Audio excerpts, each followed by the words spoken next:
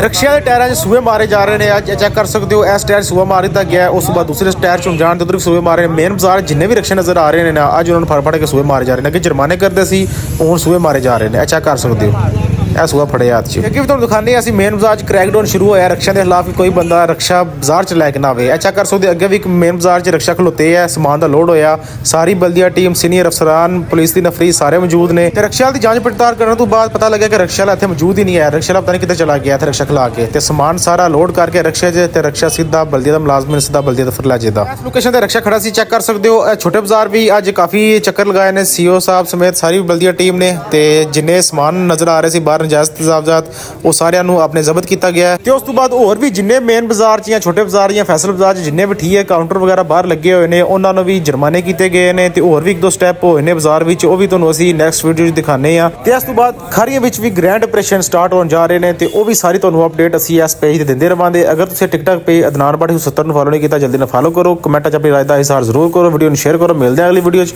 ਅੱਲਾ ਹਾਫਿਜ਼।